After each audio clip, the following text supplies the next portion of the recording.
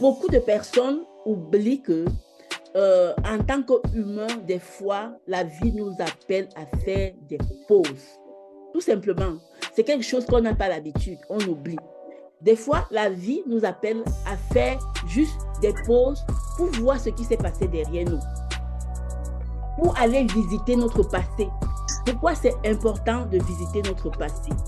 C'est important de visiter notre passé parce qu'on se rend compte qu'il y a des choses qu'on a aimées, il y a des choses qu'on n'a pas aimées du tout, et des choses qu'on a moins aimées. Et le fait de se retourner en arrière pour regarder ça, ça nous permet de voir les choses qu'on peut corriger. Ça nous permet de ne plus commettre les mêmes erreurs. Ça nous permet de faire des choses différemment. Et je vous garantis que les apprenants qui ont suivi ces ateliers ne me diront pas le contraire. Je vous promets. Et j'invite chacun à faire pareil. C'est une démarche très intéressante. C'est une démarche instructive. C'est une démarche qui permet de changer de perception, de voir les choses différemment. Et aujourd'hui, je vais donner la parole tour à tour aux personnes là qui ont participé à ces ateliers pour qu'ils puissent vous dire par leurs mots ce que ça leur a apporté, par leurs mots ce que ça leur a fait. C'est ça l'objectif. Depuis que tu as suivi cet atelier-là, qu'est-ce qui a changé? Est-ce que tu peux nous dire qu'est-ce qui a changé dans ta vie? Je vais beaucoup plus m'arrêter sur le plan émotionnel. Au boulot, je riais avec Mesurette, donc je blaguais avec Mesurette. Et ça, quand je me suis retrouvé à la télé bilan, je dis toujours, je m'arrête sur le plan émotionnel. J'ai pris conscience du fait qu'il fallait remettre à jour ses émotions. Et là, en écoutant les autres et en remettant en cause, c'est-à-dire mon stand, la zone d'émotion, j'ai beaucoup plus commencé à choisir le type de personne avec qui j'aimerais travailler. J'ai pu identifier, diagnostiquer quel type de personne je suis, qu'est-ce qui me met à l'aise et comment est-ce que je peux, lorsque je suis dans mon flux positif, produire de meilleurs résultats. Aujourd'hui, lorsque je travaille par exemple avec ma soeur, je respecte ses émotions, ce qui permet à ce qu'elle a un bon résultat en fait, sur le plan scolaire. Mon frère ici pourra témoigner, il a été impressionné de cela. Et ça aussi, c'est grâce à la télé Bilan Objectif et ce qui m'a permis également de pouvoir, mon frère là aujourd'hui, utiliser des astuces pour pouvoir l'inviter. Et donc, je commence à recueillir ces aspects positifs.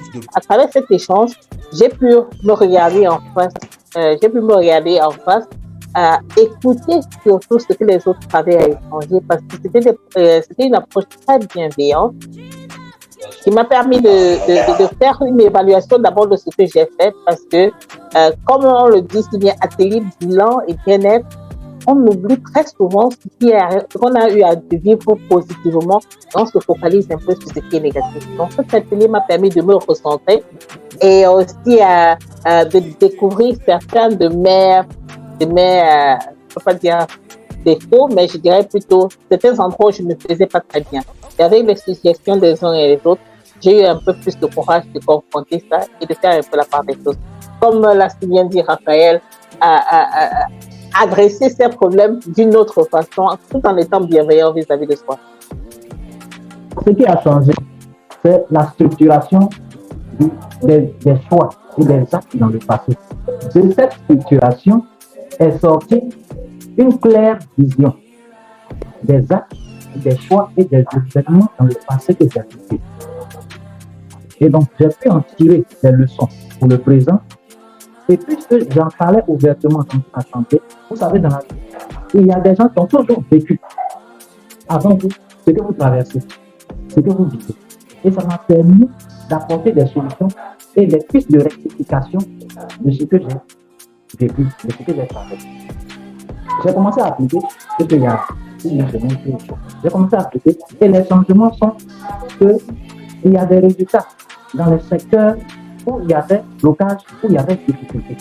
Par exemple, dans le domaine professionnel, dans le domaine personnel, Voilà. Et donc, Pour moi, de mon côté, c'est vrai que pendant le bilan, je me suis rendu compte que j'étais un peu stagnée dans ma vie et que je remettais un peu à plus tard, voilà, des choses que je m'étais promis il y a quelques années de faire, voilà, plus tôt. Donc, parlons par exemple de ce que je m'étais fixé comme objectif d'ouvrir une épicerie ou un restaurant africain. Bon, pendant le bilan, vraiment, je me suis rendu compte que j'étais aussi intéressée maintenant, il y a quelques années qui sont passées, à d'autres activités qui m'ont beaucoup intéressée, comme l'éco-entrepreneuriat. Voilà. Donc, je me suis beaucoup focalisée dessus et je me demandais, j'hésitais. Mais bon, grâce au bilan, il y avait des personnes qui étaient là qui m'ont apporté des conseils, qui me disent, bon, au lieu de passer le temps à dire, ah ben, je veux voir, tu peux commencer d'abord une activité et puis sur cette activité-là, petit à petit, tu vas greffer d'autres activités et au fur et à mesure, tu vas aller petit à petit. Voilà, parce que c'est vrai que quand on a envie de faire plusieurs choses, on hésite souvent et puis on s'est dit, bon, ben, je laisse d'abord passer du temps, on verra, c'est ce que j'ai vraiment besoin avec le temps. Voilà, c'était un peu ça et grâce au bilan, franchement, je sais maintenant par quoi commencer. Qu'est-ce qui a changé depuis que tu as suivi ces ateliers? Grâce au bilan, ce qui m'a beaucoup aidé, qui m'a réveillée, c'est que normalement, je suis de nature stagnée. Parce que moi, je me considère comme un arbre. Au fait, quand je suis quelque part, je n'aime pas bouger. Je n'aime pas quitter ma zone de confort et aller à l'inconnu. Mais grâce au bilan sur le plan professionnel, j'ai compris qu'il faut que je change de centre de format, centre de travail, quoi, je change la zone de travail. Parce que la zone où je suis complètement déstabilisée vis-à-vis mais à ma condition de famille. Les enfants sont à 44 km de moi.